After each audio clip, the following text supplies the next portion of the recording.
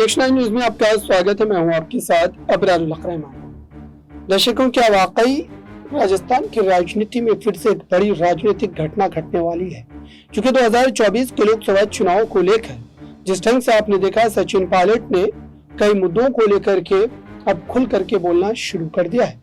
सचिन पायलट ने कांग्रेस की तरफ से बैटिंग करते हुए जिस ढंग से भारतीय जनता पार्टी की कई कमियों को गिनाया, वैसे ही अब ये कहा जा रहा है कि अगर सचिन पायलट सक्रिय हुए हैं तो जाहिर सी बात है कि अब वो और कई मुद्दों को लेकर के उसी तरीके से बोलते हुए नजर आएंगे और जिसका डर पूरी तरीके से बनता हुआ दिखाई दे रहा है। इस पूरे मामले को लेकर के क्या स्थिति बनेगी, दर्शकों देखिए इस रिपोर्ट में सचिन पायलट ने आखिरकार क्या सारी बातें कही। संवाद हो, बातों को सुनो, ज्ञापन ले लो। संविधान में लिखा है हमारा अधिकार है विरोध करने का, धरने देने का, प्रदर्शन करने का। इस सरकार ने कहा सबको कुचल दो, पुलिस भेज दो, लाठीचार्ज करवा दो, केस ठोक दो, देखी जाएगी। और ऐसा परिणाम हुआ। 9.5 साल बाद मुख्यमंत्री बदल दिया। क्यों बदल दिया भाई?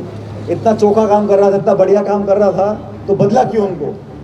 और अगर बदल दिया तो लोकसभा का टिकट क्यों दिया उसे करनाल से? ये समझ गए कि हमारी जमीन खिसक रही है। मैं कल उड़ीसा में था, उससे पहले महाराष्ट्र में था, केरल में था, राजस्थान, छत्तीसगढ़, मध्य प्रदेश, जहां जहां मैं गया हूं, लोग बोल कम रहे हैं लेकिन मन में मन बना लिया कि बदलाव करना है और बदलाव होगा। और यहाँ सिरसा लोकसभा क्षेत्र से अभी संपत जी बोल रहे थे, यहाँ पे सोनिया गांधी जी ने, खड़गे साहब ने, राहुल जी ने आप सबके भरोसे पर बहन शैलजा जी को यहाँ से उम्मीदवार बनाया है। और शैलजा जी का, उनके परिवार का इस क्षेत्र से, इस इलाके से, इस मिट्टी से पुराना संबंध है, दशकों पुराना संबंध है। आपके बीच एक परिवार की तरह रहकर काम किया इन्होंने। और मैं चाहता हूं हम सारी बातें भूलकर, आज समय देश की सरकार का है।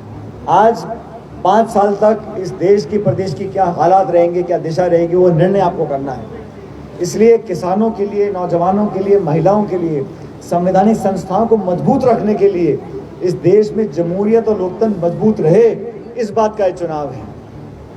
हमने कहा भाई इस देश में बहुत गरीब परिवार हैं। हमने मैनिफेस्टो में लिखा देश के तमाम गरीब परिवारों में, हर गरीब परिवार में जो महिला प्रमुख होगी, उस महिला के खाते में हर महीने 8,333 रुपये देंगे। क्यों देंगे? और जब हमने कहा तो बीजेपी के पेट में दर्द हो रहा है। क्यों हो रहा है भाई? तुम तो चंद उद्योगपतियों के लाखों करोड़ माफ कर दो। तो आपने देखा दर्शकों, क्या वाकई अब राजस्थान की राजनीति में फिर से एक बार राजनीतिक उबाल देखने को मिल सकता है। कांग्रेस पार्टी ने भले ही सचिन पायलट को स्टार प्रचारकों की फहरिस्त में जगह दी है और वो लगातार अपने कार्य को अंजाम दे रहे हैं, उसके बावजूद भी ये कहा जा रहा है कि वो अपने कई मुद्दों को लेकर फिर से एक बार कांग्रेस पार्टी हाईकमान पर दबाव बना सकते हैं। और ये सारी की सारी बातें जो है चुनावी नतीजों के बाद हमें देखने को मिल सकती है। दरअसल कई प्रेस कॉन्फ्रेंस में उन्होंने इस तरीके के संकेत दिए हैं, जिसके बाद ये बात पक्की हो जाती है कि फिर से एक बार राजस्थान में वही पुरानी लड़ाई शुरू हो सकती है अशोक गहलोत और सचिन पायलट के बीच की। इस पूरी रिपोर्ट में बस इतना ही। आप इस पर क्या कहते हैं जरूर कमेंट बॉक्स में जरूर बताइएगा। जुड़े रहे नेशनल न्यूज के साथ।